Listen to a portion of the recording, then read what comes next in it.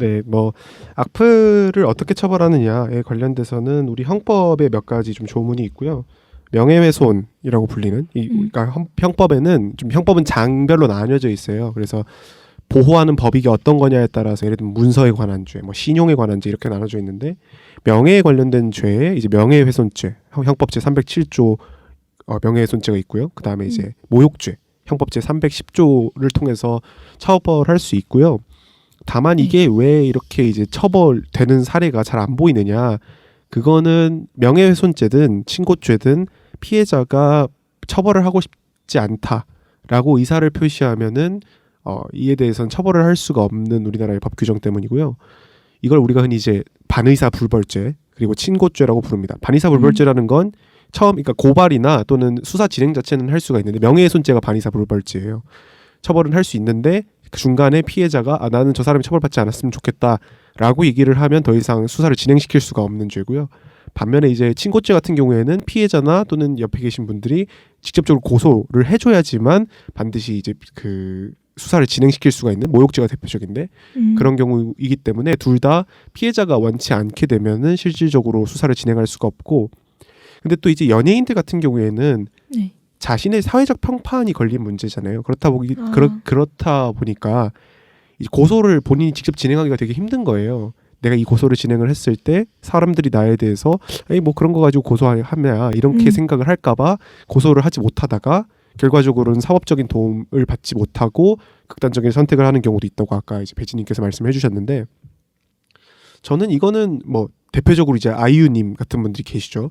이런 분들은 선처를 안 하기로 되게 유명하신 분인데 그런 식의 문화가 저는 좀 자리 잡아야 된다고 봐요. 그러니까 물론 친고죄나 반의사 불벌죄라는 제도가 피해자가 원하면 언제든지 그만두게 만들어서 그걸 통해서 좀 더 소송을 좀 줄이자 이런 형태의 어떤 그 효과를 도모하는 건데 그렇다고 보기엔 지금 연예계나 또는 사회적으로 그렇죠. 좀 명망이 있으신 분들은 악플 때문에 너무 큰 고통을 갖고 있는 게 아닌가라는 생각이 들고요. 맞아요. 뭐 처벌 말고도 이제 민법 제 751조 같은 경우에는 명예를 훼손한 사람에 대해서는 손해배상을 청구할 수 있게 돼 있습니다. 그래서 필요한 경우에는 손해배상을 청구할 수 있게 되고요.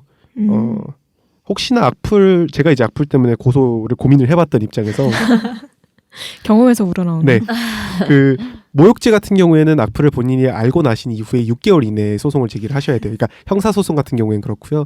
민사소송 같은 경우에는 이제 본인이 악플을 인지하고 나신 이후에 3년 이내에 소송을 진행을 하셔야 되니까 혹시나 뭐 그것 때문에 고통을 받고 계신 분이 있다면 그 기간을 안 넘는 게 되게 중요해요. 생각보다 그 6개월은 되게 짧은 시간이거든요. 법학에서는. 그래서 그 6개월 지키기가 되게 힘들 수도 있으니까 그런 것도 잘 기억하셔서 소송을 해주시는 것도 나쁘지 않겠습니다. 사실 소송에 대한 조언. 저 이거 진짜 궁금한 건데 네. 물어봐도 돼요? 네네. 그 왜 인터넷에서 뭐 특정성이 성립 안 되면 뭐 고소도 안 된다 뭐 이런 말들이 많잖아요. 그래서 네. 뭐 주어 없이 욕하면 고소도 안 된다 뭐 이런 말들 네. 진짜 그런가요? 아, 네. 특정성이라는 게 이제 명예에 관한 죄의 요건인 거는 맞아요. 그러니까 특정성이라는 건 예를 들면 제가 유치님한테 욕을 했다. 뭐 삐비비 약간 이렇게 욕을 네. 했다면 모욕죄가 성립되는 건 맞습니다. 그리고 만약에 특정하지 않았다면 그 성립 안 하는 건 맞는데요. 여기서 특정했다는 거에 주어를 뺐다고 특정이 안 되는 건 아닙니다.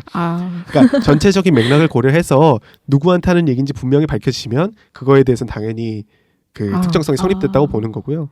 저희 그러면 맨날 막 판사님 저는 주어가 없습니다. 야, 막 그건 이런 말이 안 판사님 됩니다. 고양이 저희 집 고양이가 쳤습니다 뭐 이런 거 있잖아요. 당연히 판사가 판단을 할 때도 전체적인 맥락을 파악을 해서 이게 누구한테 하는 얘기였는지가 명확하게 드러나면 그때는 문제가 안 되는 거고요. 또 특정성이라는 게 꼭 한 사람한테만 성립이 안 될 수도 있어요. 그러니까 이거에 대해서는 최근 좀 논란이 많은데 집단 모욕죄가 성립될 수 있느냐에 대해서는 판례의 태도는 제가 기억하기로는 예를 들면 그냥 아나운서 누가 떠오르는데 그냥 아나운서 네.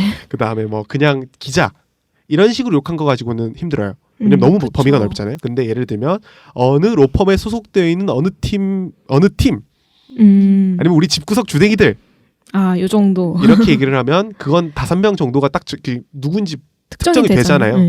그런 경우에는 또 특정성이 성립된다고 보는 판례가 있는 걸로 알고 있습니다. 그래서 이